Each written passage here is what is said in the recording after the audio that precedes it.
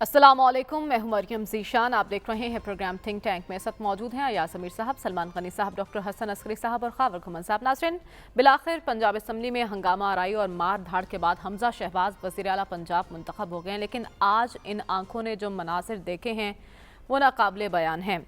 इससे पहले भी हमारे ऐवानों के इजलास हंगामा राय की नज़र हो जाया करते थे, लेकिन आज जो कुछ पंजाब असम्बली में हुआ है उसकी नज़ीर कहीं नहीं मिलती। डिप्टी स्पीकर पर तशद्दुद किया गया और उसके बाद स्पीकर परवेज़ इलाही को ज़ख्मी भी कर दिया गया। ऐवान में पुलिस दाखिल हो गई और अरकान दस्तों गिरेबां हुए। अंदाज़ा लगाना मुश्किल था कि ये मुक़द्दस ऐवान है या मैदान जंग है। तो ये सब कुछ आज किसकी इमा पर हुआ है, इसी पर बात कर लेते हैं। अया साहब, आप भी इस ऐवान के मेंबर रह चुके हैं, क्या ऐसा कभी आपने देखा अपनी ज़िंदगी में जो आज हुआ है? ये सब किसकी इमा पर हुआ है, कौन इसका जिम्मेदार है? ये जो वाक़या कुछ दिन पहले कैवलरी ग्राउंड लाहौर में हुआ था, एक सर्विंग आर्मी ऑफिसर को मारा पीटा गया बरसरे-आम, वो क्या छोटा वाक़या था?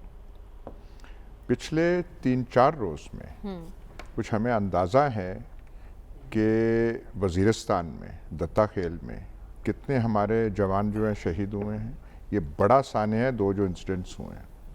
मेरा कहने का सिर्फ ये मतलब है कि जो आज पंजाब असेंबली में हुआ, एक बड़ी पिक्चर का छोटा सा टुकड़ा है। ये इस वक्त हमारा मुल्क जो है अदमे इस्तेकाम के लपेट में है। माशी क्राइसिस जो है, जो बहरान है, वो अपनी जगह है। सिक्योरिटी सिचुएशन फाटा में जो है वो अपनी जगह है, और इमरान खान जो जलसे वगैरह कर रहे हैं वो अपनी जगह है। वो छोटे जलसे कर रहे हैं। बात ये है, ये सारा कुछ क्यों हो रहा है जी, सोचना ये चाहिए। मामला इस नहज तक कैसे पहुंचे? यहाँ पे ये मतलब प्रॉब्लम क्या है, रूट कॉज क्या है? एक हुकूमत इन प्लेस थी, मामला ठीक चल रहे थे। कौन सी ऐसा कोई क्राइसिस हो गया था? टैक्स कलेक्शन ज्यादा हो रही थी, एक्सपोर्ट्स बढ़ रहे थे, नॉर्मल हुकूमत चल रही थी, कोई बहरानी कैफियत नहीं थी। और आपको पॉलिटिकल इंजीनियरिंग का शौक कहां से पैदा हो गया? मतलब वो कौन सी एक चीज है पाकिस्तानी साइकी में कि आप कहते हैं कि नहीं, हमने पूरा नहीं होने देना। ये तो ऐसा ही है, इलाके का SHO हो और वो कहता फिरे मैं न्यूट्रल हूं जी, अब मेरी किसी से तरफदारी नहीं है। निजी महफिलों में बैठे तो पहला वो करे और शुरू करे मैं किसी के साथ नहीं हूं जी। वो इलाके के चोर और चक्कों ने शह लेनी है, फिर कहेंगे यार SHO तो ये कह रहा है। मैं अब ये नहीं कह रहा कि यहाँ पे चोर चक्के हैं, मेरा गलत मतलब ना लिया जाए, लेकिन जिनमें हिम्मत नहीं थी, जिनमें इस्तात नहीं थी, जो ये पुल ऑफ नहीं कर सकते थे, उन्होंने ये पुल ऑफ किया। इत्तेहादी पूछने की बात, ये आपको करने की जरूरत क्या थी? हासिल क्या आपने किया? ये सिर्फ इंस्टेबिलिटी जो अब हो रही है और जो फिर सोशल मीडिया में जो कुछ हो रहा है, जिसकी वजाहत फिर DG ISPR को करनी पड़ी और दबे दबे पाँव से महफूज हो के उन्हें करनी पड़ी। जो यहाँ पे यलगार है, देखिए पिंडी और लाहौर में रिटायर्ड ऑफिसर्स का गढ़ है, कंसंट्रेशन है। ये लोग हैं जिन्होंने अफवाज पाकिस्तान के झंडे तले खिदमात अंजाम दी हैं, जंगों में इन्होंने हिस्सा लिया है, कुर्बानियाँ दी हैं। ये हमारा रियासत है उसके रीढ़ की हड्डी है। वहाँ बेचैनी पैदा करने की ज़रूरत क्या है? और अब ये जो आपको कहने की ज़रूरत पड़ गई नवंबर में नहीं कोई होगी, एक्सटेंशन नहीं होगी, क्यों आपको कहने की ज़रूरत पड़ गई 6 माह पहले, 7 माह पहले? तो बात ये है कि आप, और फिर या तो है ना आप संभाल सकें सिचुएशन को। इमरान खान जो जलसे कर रहे हैं वो किसके कंट्रोल में नहीं आ रहे। GT रोड से जब निकले थे पैनामा के बाद, तब भी ख्वाहिश ये थी कि कौम खड़ी हो जाए, सड़कों पे आ जाए। कौम तब बाहर नहीं आई थी और आप तकरीरें कर कर के दाता दरबार तक पहुंचे थे और आपका हलक बैठ गया था। हल्क भी बैठ गया था और मार्च भी ख़त्म हो गई। ये जो है कर रहा है, अवाम इसके पीछे है। आप लाख कोसे अवाम को, लेकिन ये भी याद रहे जो यहाँ पे हमें सनद देती हैं कि बड़े बादशाहूर अवाम हैं, तो अवाम फिर फैसला कर रहे हैं, उनकी बादशाहूरी को फिर सलाम पेश करें और उनकी वो दाद दें। मतलब मैं ये कह रहा हूँ कि एक सिचुएशन पैदा हो गई है जो कंट्रोल नहीं, यानी आप कह रहे हैं जो पंजाब असम्बली में हुआ ये महाजराई सियासत में अब ऐसे ही चलती रहेगी, रुकेगी तो नहीं। ये आज देखिए ना, ऐसे कभी हो सकता था? दोस्त मजारी जो है उसको इलेक्ट पीटीआई कर रही है, डिप्टी स्पीकर, आप बातें कर रहे हैं, साजबाज कर रहे हैं नून लीग के साथ, तो आपका फिर इखलाकी जवाब तो रह गया ना। फिर स्पीकर जब बैठा होता है या डिप्टी स्पीकर, उनके पास तोपें कोई नहीं होती, मशीन गन्ने कोई नहीं लगी होती, मॉरल अथॉरिटी होती है। जब वो कहते हैं तशरीफ रखें, बैठ जाएं, लोग बैठ जाते हैं। आप जब कभी इधर जा रहे हैं, रात के अंधेरे में इधर कर रहे हैं, तो फिर तो आपको डिप्टी स्पीकर कोई नहीं मानेगा। लेकिन अयाज साहब, आपका कहने का मतलब ये है कि जब स्पीकर आपकी माने तो बाज़मीर जब इधर उधर जाए तो वो लोटा हो जाता है। मैं ये कह रहा हूं कि जब आप तूफान खुद खड़े कर देते हैं, फिर उनका नताइज जो हैं क्या होते हैं वो किसी को पता नहीं चलता। तो आप हिकमत से पहले काम क्यों नहीं लेते? जब एक सारा कुछ पुरअमन चल रहा है, मुल्क के हालात पुरअमन चल रहे हैं, आपको पॉलिटिकल इंजीनियर बनने का शौक कहां से पैदा हुआ? और आप जब पॉलिटिकल इंजीनियर बन गए, आपसे संभाला नहीं जा रहा, और फिर आप अभी तावीलें दे रहे हैं और आपकी तावील कोई मान नहीं रहा। और ये जो हो रहा है इस वक्त ममलकत खुदादाद में, इसकी नज़ीर आप कहती हैं ना कि पंजाब असेंबली के नज़ीर नहीं मिलती, तो जो आजकल गुफ्तगू और ज़बान इस्तेमाल हो रही है इस्लामी जमहूरिया पाकिस्तान में, उस किस्म की गुफ्तगू, उस किस्म के समत को सामने रख के कभी इस्तेमाल नहीं हुई। ठीक है, यानी हालात जिस नहज तक पहुंच चुके हैं ऐसा पहले कभी नहीं देखा गया। सलमान साहब, आप तो पार्लिमानी रिपोर्टिंग भी कर चुके हैं और आज आप खुद विटनेस करके आए हैं, आंखों देखा हाल बताएगा, और आपकी नज़र में कसूरवार कौन है?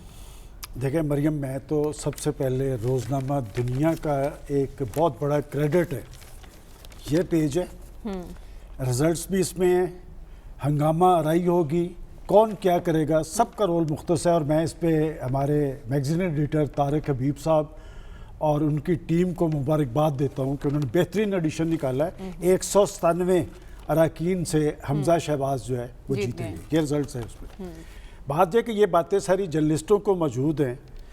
अब जो बात की जा रही है कि लोगों के शऊर की, तो लोग पाकिस्तान के अवाम, मैं ज़ोर दे के कहता हूँ कि बहुत बाशऊर हैं, वो हमारी बॉडी लैंग्वेज का इदराक भी रखते हैं और सियासतदानों के रोल का भी वो जायज़ा लेते हैं कि कौन सा सियासतदान वक्त के साथ साथ अपनी असूली, अखलाकी, सियासी पोजीशन बदलता रहा। पंजाब असम्बली में क्या हुआ, देखिए जब हम मुकद्दस कहते हैं ना कि माँ, बहन, बेटी, उसकी इज़्ज़त के हवाले से, आइन कानून की इज़्ज़त व तकरीम के हवाले से, कुछ अमारात भी जो हैं वो भी मुकद्दस होती हैं, और वो अपनी खूबसूरती की वजह से नहीं, अपनी तामीर की वजह से नहीं, उनकी कोई इक़दार और रवायात होती हैं। पंजाब असम्बली मेरा ख्याल इस वक्त पाकिस्तान के तमाम मुंतखब ऐवानों से खूबसूरत है, नई है, लेकिन आज जो भयानक और तारीख बाब रकम हुआ है, वो मेरे ख्याल सियासी तारीख में इसकी कोई मिसाल नहीं मिलती। हर हवाले से अफसोसनाक, शर्मनाक, अंधोनाक। किसने वाबस्तगी बदली है, किसने नहीं, आप किसी को उठा के देख लें। यहाँ पर हम भी बड़े बड़े लोगों को देखते रहे कि दिन में किसी के साथ होते हैं, रात को कभी किसी की टिकट पे, कभी किसी की टिकट पे। बात ये कि डिप्टी स्पीकर को, नंबर एक तो ये जो अदम एतमाद का अमल है, ये खालिस्तान आइनी, कानूनी और जमहूरी अमल है। ये ऊपर क्या हुआ है, उस डिप्टी स्पीकर ने क्या किया, वहाँ पर भी कोर्ट का आर्डर मौजूद था, यहाँ पर भी कोर्ट ने उनको, इन्होंने तो उसको फारग कर दिया था और कोर्ट ने उनको बिठाया। ये जो दिन रात कहते हैं ना हम कोर्ट का एहतराम, मेरी मुअज़्ज़ज़ अदलिया, मेरी प्यारी अदलिया, chief justice Lahore high court का ऑर्डर मौजूद था इंतजामी इख्तियारात के साथ।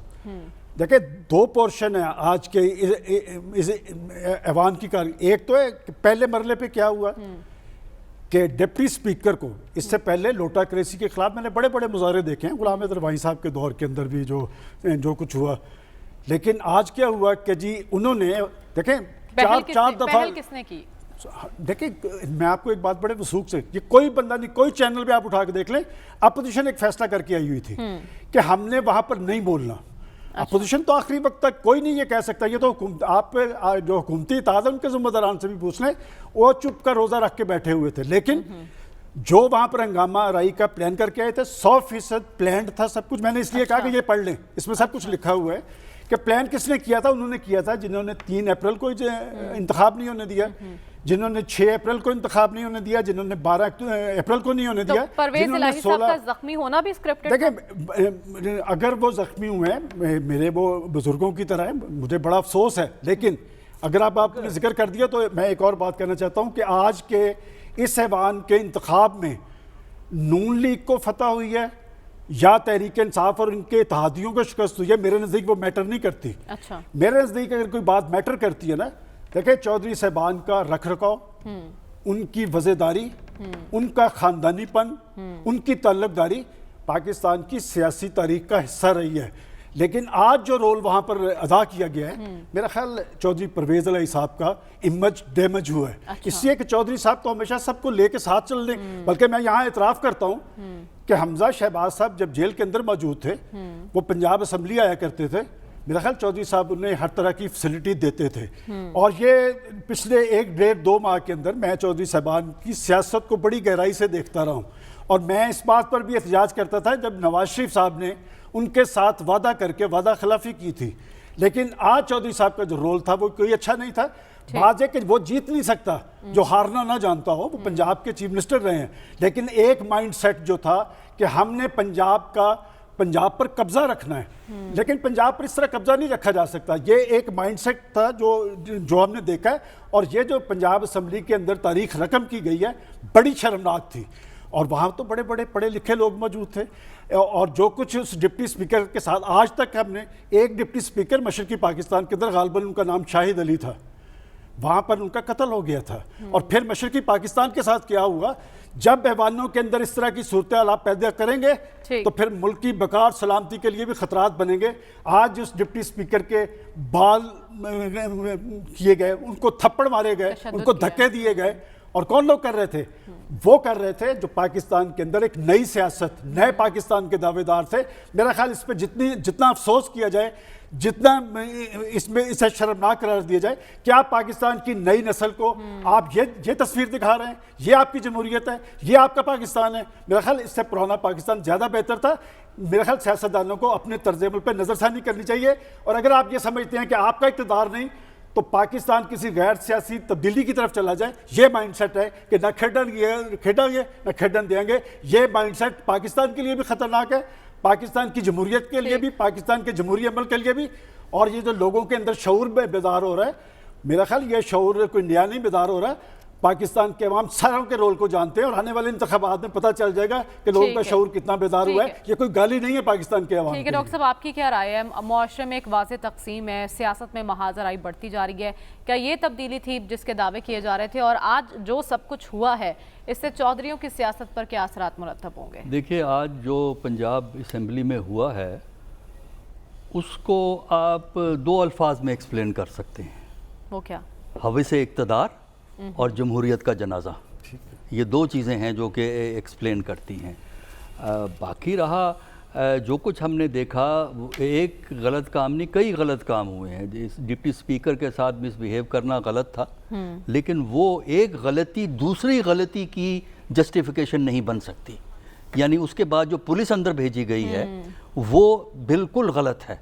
वजह देखिए कि असेंबली के पास अपना एक सिस्टम होता है सिक्योरिटी का, जिसको सार्जेंट आर्म, और उसके बाद सिक्योरिटी का स्टाफ होता है अच्छा खासा। पंजाब असेंबली बहुत बड़ी असेंबली है, लिहाजा यहाँ स्टाफ है, उसको तो आप इस्तेमाल कर सकते हैं। पुलिस को, आईजी को बुलाना और आईजी को ये कहना, ये हमारी समझ से बालातर है, लेकिन समझ में भी आता है। देखिए, आईजी को ये पता था कि हॉल के अंदर स्पीकर चौधरी परवेज इलाही मौजूद हैं, उस वक्त के चीफ मिनिस्टर जो आखिरी दिन था उनका उस्मान बुज़दार मौजूद है। लिहाजा आईजी, देखिए ये जो सिस्टम जिस तरह ऑपरेट करता है, मैं उसके हिसाब से बात कर रहा हूँ। आईजी लिहाजा इस किस्म का कदम नहीं उठाएगा जब तक इस कदम की अप्रूवल वो इस्लामाबाद से नहीं ले लेता। अच्छा, तो किसने भेजा आईजी को? देखिए ना, आईजी को जो बुलाया है वो तो डिप्टी स्पीकर बुलाएगा ना। देखिए, जो पुलिस आती है हाउस के अंदर, वो जो भी हाउस का इंचार्ज होता है उसकी तरफ से कहने पे आती है, लेकिन ब्यूरोक्रेट इतना बच्चा नहीं है पाकिस्तान का। अच्छा। उनको ये पता है कि हाउस के अंदर कौन बैठा हुआ है, लिहाजा उन्होंने एक्शन लेने से पहले इस्लामाबाद से क्लियरेंस ली है। अच्छा। और उसके बाद फिर ये एक्शन हुआ है, वरना ये एक्शन नहीं हो सकता।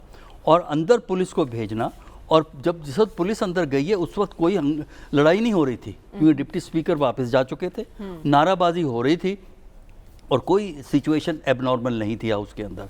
उसके बाद फिर एबनॉर्मल हुई है जब पुलिस एक्शन शुरू हुआ है। और पुलिस एक्शन का करना मेरे नज़दीक ये बहुत ही अफसोसनाक और नाकाबिले माफ़ी कदम है। अच्छा। क्योंकि ये इस किस्म का पुलिस को अंदर भेज के कार्रवाई करवाना, और फिर इसमें मरकज़ की अप्रूवल शामिल है, क्योंकि मुझे प्रोसीजर्स का पता है, और प्रोसीजर्स जो हैं वो ऐसा बच्चा नहीं होता ब्यूरोक्रेट वो करे।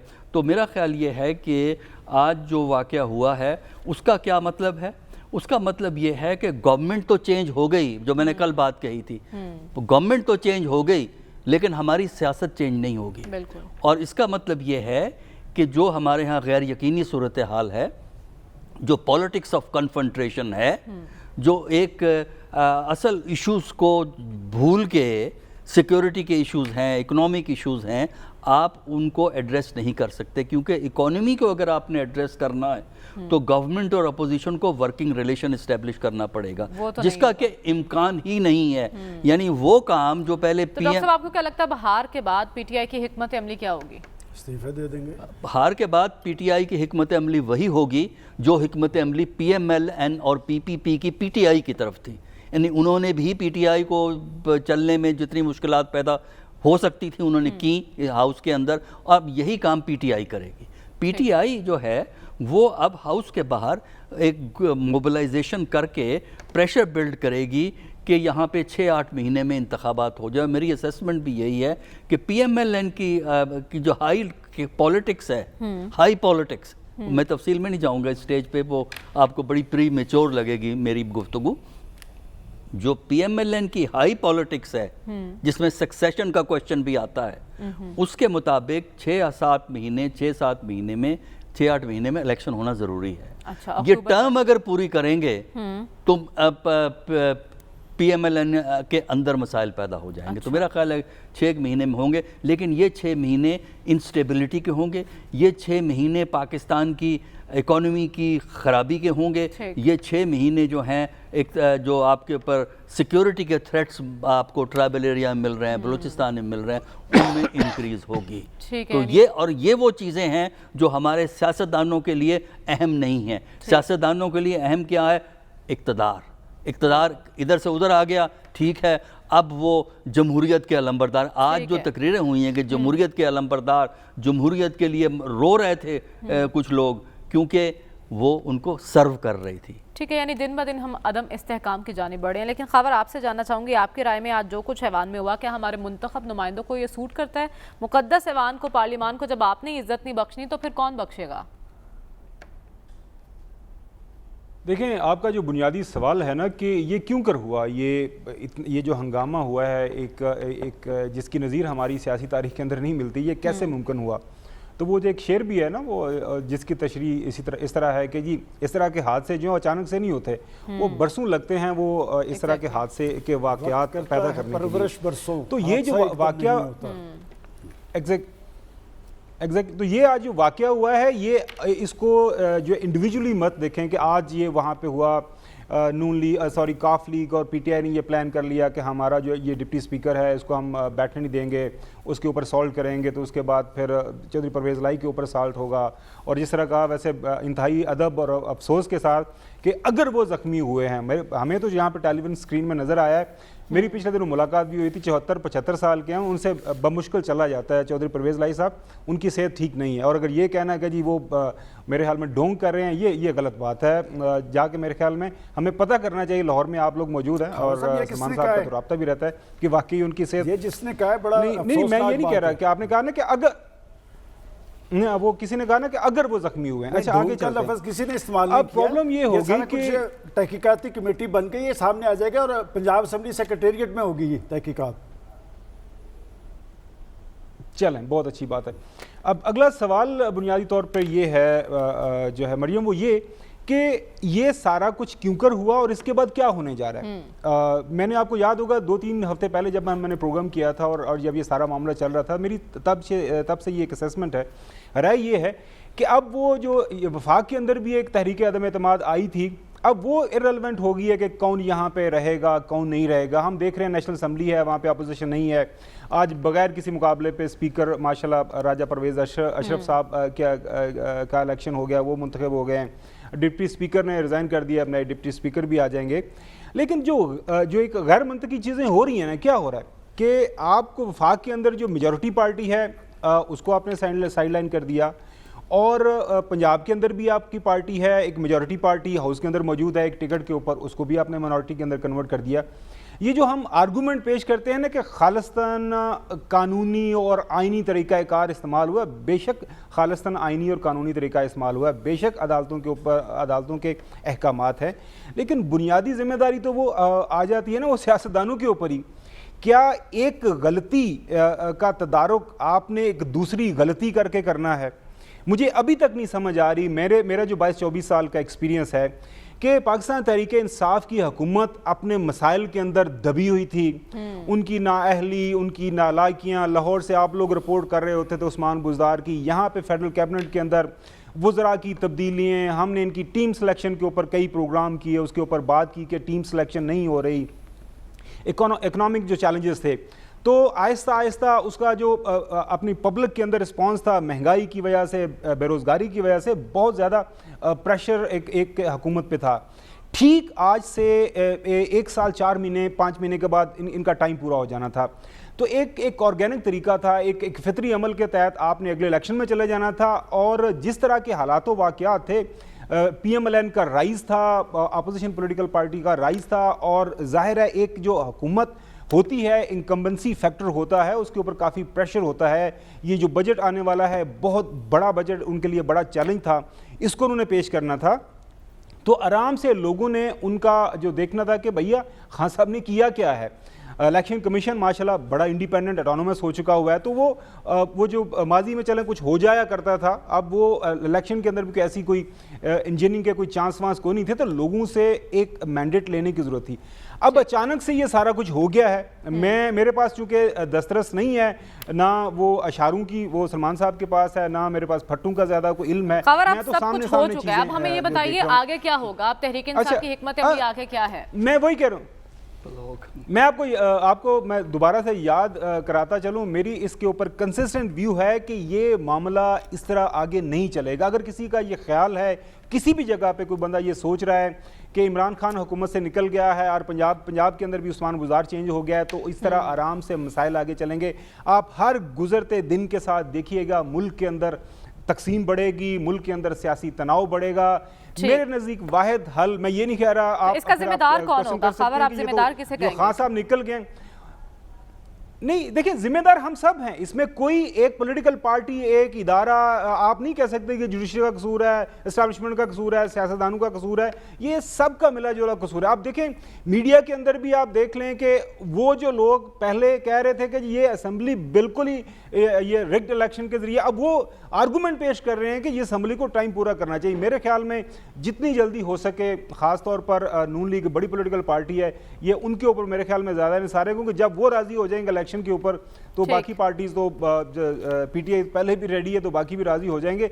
वाहिद हल इसका as soon as possible elections हैं, क्योंकि उसके बगैर अगर इस सिस्टम को धक्का लगाने की कोशिश की गई तो मेरे ख्याल में इस तरह के वाकयात जो आज हमें हाउस के अंदर आए हैं, खुदा न खास्ता हमें जो है मुल्क के अंदर फैलते हुए नजर आएंगे। ठीक है, यानी सियासी तनाव बढ़ता जाएगा और दिन ब दिन हम अदम इस्तेहकाम की जानिब बढ़ रहे हैं। हमें आगे बढ़ना और बात करनी है चेयरमैन तहरीक इंसाफ इमरान खान आज कराची में पावर शो करने जा रहे हैं। कितना नतीजा खेज हो सकता है उनका आवाम में जाना, इसी पर बात होगी इस ब्रेक के बाद। Stay with us.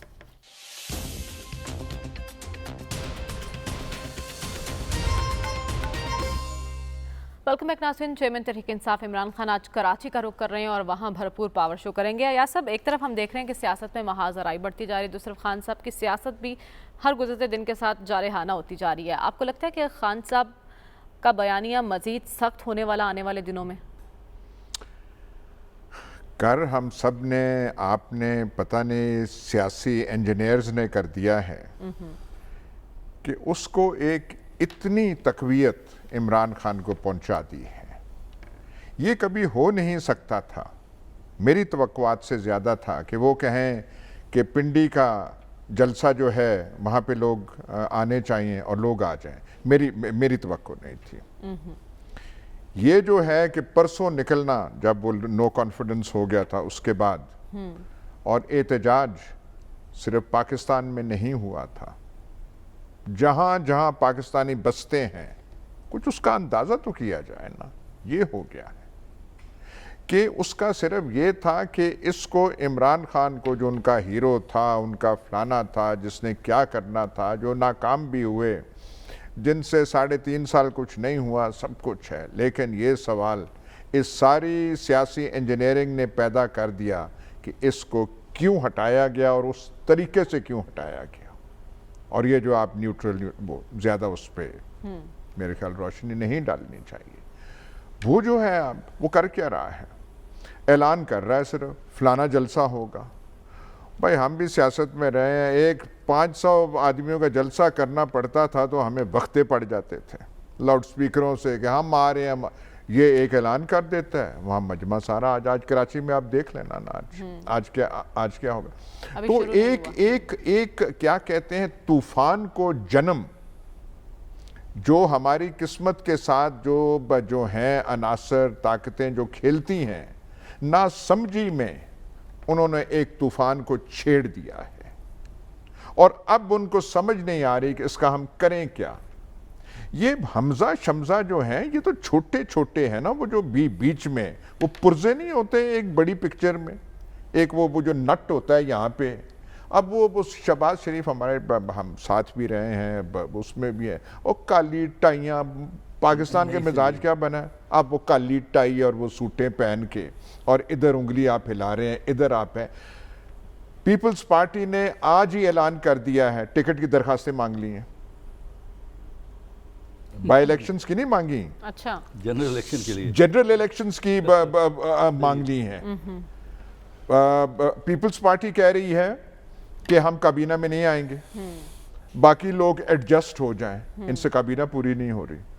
मतलब इस गंद का सारा मलबा, बोझ जो है, ये नून लीग के कंधों पे डालेंगे और यहाँ पे यही होगा।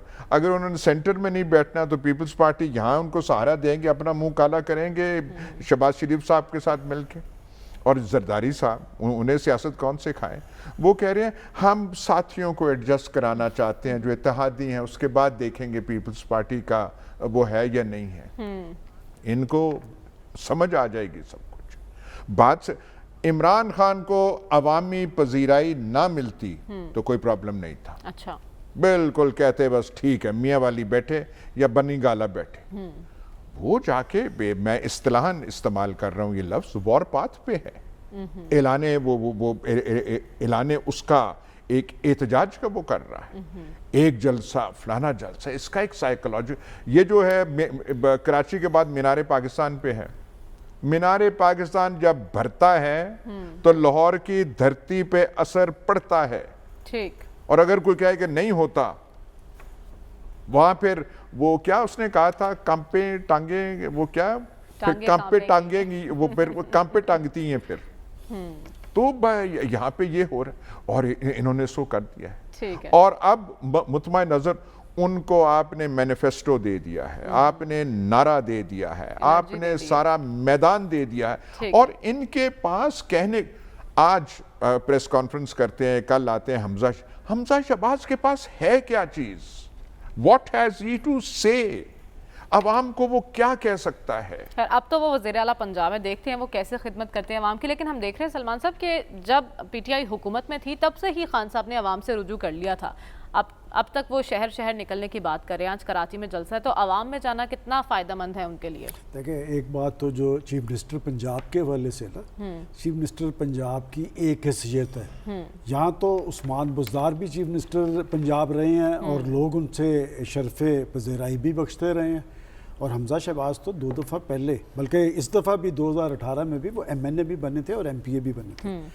बहरहाल जो बात आप कर रही हैं महाजराई तनाव टकराव की, अभी मेरे भाई खावर घुमन साहब जो बात जहाँ पर उन्होंने वाइंड अप किया है कि जी इलेक्शन, तो क्या मैं पिछले 6 माह से ये बात नहीं कह रहा था कि जी हालात का रुख बता रहा है, लोगों के अंदर पैदाशुदा रद्दमल बता रहा है, सियासी महाजराई बता रही है, टकराव बता रहा है, तनाव बता रहा है कि हुकूमत डिलीवर नहीं कर पा रही, तो आवाम से रजू करना कोई गुनाह नहीं है। मैं ये बात कहता रहा था मुसलसल। आपने कल कहा सितंबर तक जी हो नहीं, मैं इसलिए कह रहा, मैं पहले की ये बात बता रहा हूँ कि मैं रोज बयान नहीं बदलता, मेरा तज्जिया जो होता है मुश्किल होता है। अब भी मैं ये बात कह रहा हूँ, अगर इमरान खान साहब बड़े बड़े, आपकी छुरी जो थी उस वक्त जो है और तरफ चलती थी, अब छुरी और चल रही है इलेक्शन, और ये ना कहे। मैं हमेशा यकसुई से बात करता हूँ। मैं 6 माह से कह रहा था कि लोगों के अंदर पैदाशुदा रद्दमल आपकी हुकूमत डिलीवर नहीं कर पा रही, लोग मसाइल की आग में जल रहे हैं, महंगाई के आगे आप बंद नहीं बांध सकते,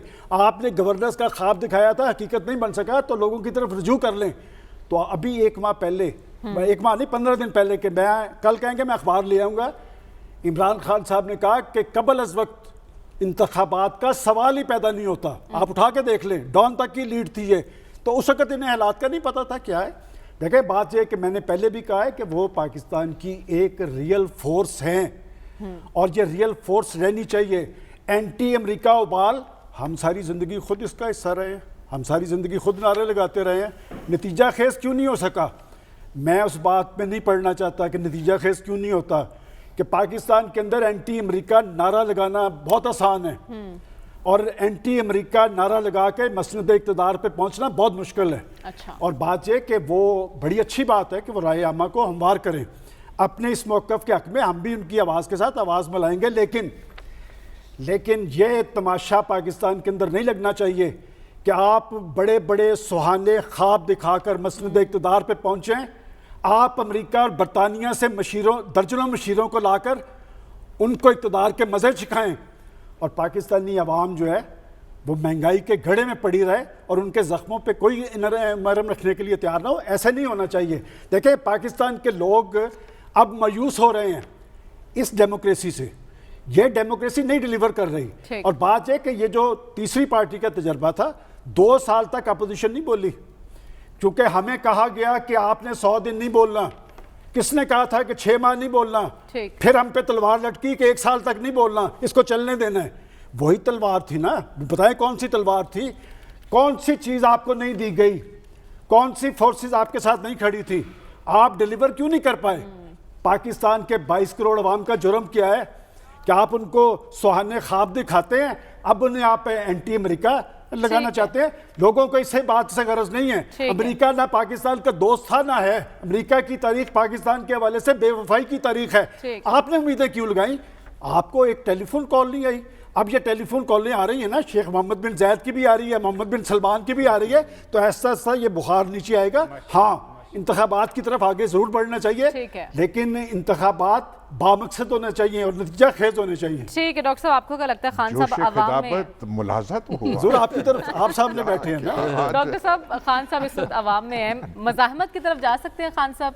देखिए, उनका जो तरीक़ाकार है वो यही है कि वो पॉपुलर मोबिलाइजेशन करेंगे और इस पॉइंट ऑफ व्यू से कर रहे हैं कि इलेक्शन आएगा 6 महीने 8 महीने के बाद एक्सपेक्टेड है इलेक्शन, तो उसी एंगल से वो मोबिलाइज कर रहे हैं। ठीक है, तो तकरीर में साजिश का ही जिक्र होगा या कारकर्दगी भी होगी? नहीं, देखिए उसमें कई चीज़ें होंगी। साजिश का तो तस्करा होगा, वो एक बड़ी थीम है उनके यहाँ, वो जारी रहेगी और पब्लिक उसको लेगी। अच्छा, और बहुत से इलाकों में एंटी अमेरिकन अपील बहुत स्ट्रॉन्ग होगी, केपी में खासकर। अच्छा, उसके अलावा वो ये भी जो अब डिपेंड इस बात पे करता है कि नई हुकूमत आके किस तरह पाकिस्तान के इक्तिसादी मसाइल को एड्रेस करेगी। एक इक्तिसादी मसाइल है मैक्रो लेवल के, जिसमें आपकी ओवरऑल डेवलपमेंट है, फॉरेन एक्सचेंज है, वगैरह वगैरह। दूसरी इकोनॉमी है जो आम आदमी से डील करती है।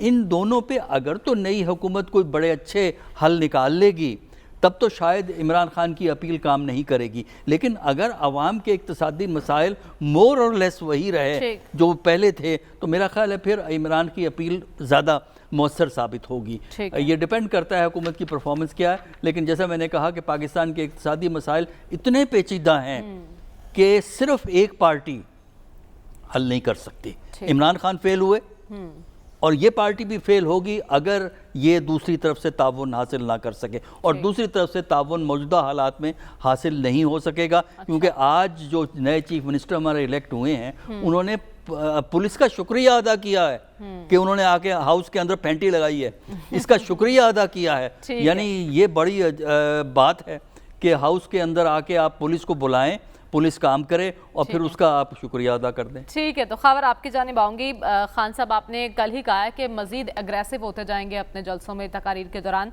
तो तकारीर में खान साहब का टारगेट कौन होगा? देखें, इमरान खान का टारगेट कौन है? इमरान खान का टारगेट अवाम है जो कि जोक दर जोक उनके जलसों के अंदर आ रही हैं। और मैं बिल्कुल अयाज साहब की बात को आगे बढ़ाते हुए, यकीन करें इतवार वाले दिन अगर लोग पूरे पाकिस्तान के अंदर ना निकलते तो इनकी अपनी पार्टी के लोगों ने इस्तीफे नहीं देने थे। इतवार वाले दिन जो मीटिंग हुई थी बनी गाला में, वहाँ पे 60-70% इनके लोग ये कहते थे कि सर हमें असेंबली नहीं छोड़नी चाहिए, असेंबली में बैठना चाहिए। जब रात को लोग निकले, अगले दिन जो है पार्टी की जब पार्लिमानी पार्टी की मीटिंग हुई तो वहाँ पे ये सारे दौड़ लगा रहे थे, खान साहब मेरा इस्तीफा पहले लें, मेरा इस्तीफा पहले लें। एवेंचुअली आपने बाशऊर अवाम जिसका जिक्र करते हैं सलमान गनी साहब, उन्हीं के पास जाना होता है और उन्हीं से आपने राय लेनी होती है।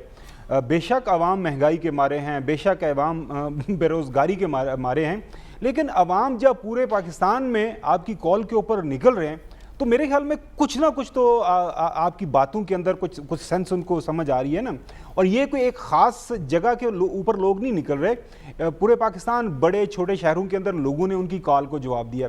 अब चूंकि लोग उनकी बात सुन रहे हैं तो वो लोगों के पास जा रहे हैं, और एवेंचुअली जो है जब लोग आपके साथ होते हैं तो फिर आप जो है उन्हीं की ताकत के ऊपर फिर आप चैलेंज करते हैं उन कुव्वतों को जो कि जाहिर है जो रियासती जो ताकतें होती हैं जिनके साथ आपने बैठ के एवेंचुअली फिर चीज़ें तय करनी होती हैं। तो मुझे लग रहा है कि एक आज भी उनकी बातों के अंदर एग्रेशन और ज़्यादा आएगा। उसके बाद लाहौर में उन्होंने आना है। मसला यह है कि जब आपको इतनी बड़ी तादाद के अंदर लोग आपके सामने आ जाते हैं तो फिर डेफिनेटली लीडर के पास थोड़ी सी हिम्मत उसकी बढ़ जाती है। बात हुई कि जी उनको 2 साल कुछ नहीं गया, खुदारा अपने फैक्ट्स करेक्ट रखा करें। पहले दिन खान साहब को तकरीर नहीं करने दी गई थी, पहले दिन ही उनको कह दिया गया था यू आर सिलेक्टेड, पहले दिन ही उनको कह दिया गया था कि आप इस अवाम के नुमाइंदा प्राइम मिनिस्टर नहीं हैं, आप जिनके नुमाइंदा हैं, सिलेक्टर्स के आप नुमाइंदा हैं, तो सिलेक्टर्स के साथ ही जाके बैठ के बात करें। अब पाकिस्तान के अवाम जो बाशऊर अवाम हैं उनको पता है, उनको ये इस चीज़ का इल्म है कि मुल्क पाकिस्तान, खुदादाद पाकिस्तान के अंदर पिछले 3-4 हफ्तों के अंदर क्या हुआ है। जब मेरी मुलाकात हुई थी, ये एक तो लास्ट मुलाकात, उससे पहले मुलाकात, तो मैंने पूछा था, मैंने कहा जी कोई हालात वाक़यात खान साहब कोई अच्छे नहीं लग रहे। उन्होंने कहा यार मैं तो अपनी पूरी कोशिश कर रहा हूँ, मेरी किसी के साथ नाराज़गी भी नहीं है, लेकिन यकदम उनके जब पाँव के नीचे से वो कालीन खींचा गया तो फिर जाहिर है उसका रिएक्शन भी आता है। वो लास्ट आपने उनकी तकरीर के अंदर सुना। अच्छा होता ये असम्बलियाँ टाइम पूरा करती, लोगों के ज़रिए उनको निकाला जाता। अब ये हुकूमत आ गई है, 1 साल के अंदर इनके ऊपर बहुत ज़्यादा इनके सामने चैलेंजेस हैं और मेरी हमदर्दियाँ नून लीग के साथ हैं। यकीन करेंगे सारे का सारा मलबा जो है नून लीग के ऊपर डाला जाएगा और नून लीग की सियासत के लिए काफ़ी टफ टाइम है। अब देखते हैं कि वो इस चैलेंज को किस तरह फेस करते हैं। मलबा आप उसे कह रहे हैं जो तहरीक इंसाफ की कारकर्दगी है, उसे आप मलबा कह रहे हैं? अच्छा, मतलब आप भी पुट्ठी मार रही हैं। वाह क्या बात है, क्या बात है। जी बिल्कुल। अच्छा मैं वही देखें, इस मुल्क को जब आपने मुश्किल माशी हालात के जरिए चलाना तो फिर कल जिस तरह आपने जिक्र, आप तो भूल गई थी ना वो 5 रुपए पर यूनिट, आप अब आइंदा आने वाले दिनों के अंदर भी भूल जाएंगी कि जी नहीं कोई नहीं भूलेगा, हम याद रखेंगे और हम इस प्लेटफॉर्म से इस हुकूमत के हर इक़दाम को चैलेंज करते रहेंगे जो अवाम के पास जाएं। ठीक है, हमें आगे बढ़ना है, वापस आएंगे इस ब्रेक के बाद। Stay with us.